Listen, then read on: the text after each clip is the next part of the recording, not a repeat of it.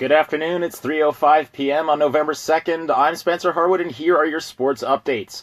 MVP George Springer continued his torrid pace, knocking Yu Darvish out of the game before the third inning, and the Houston Astros held on to win the World Series in 7 games. The 5-1 win certainly looked easier than the Astros' earlier come-from-behind victories throughout the playoffs. LA Dodgers manager Dave Roberts was stoic after the loss.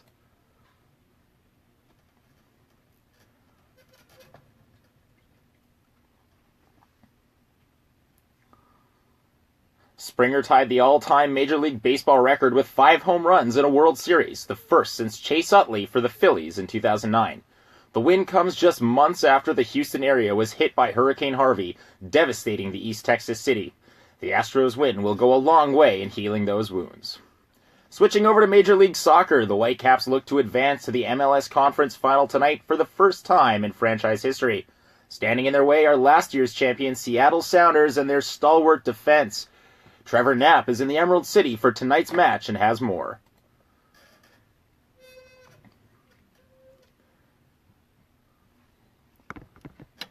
I knocked the mic off the stand, it looks like.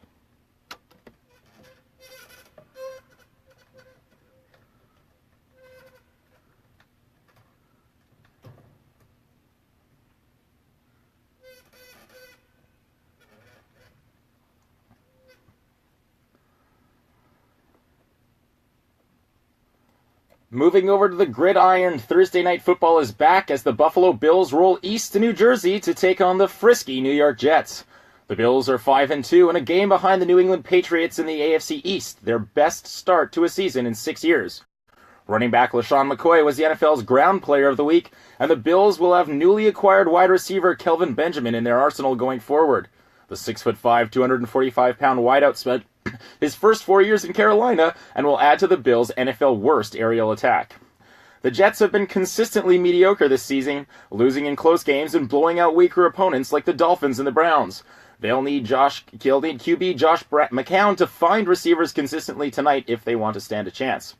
And in some terrible news in the NFL and for many fantasy football players out there, NFL insider Adam Schefter reported the Houston Texans fear their sensational rookie signal caller Deshaun Watson tore his ACL in a non-contact injury in practice today.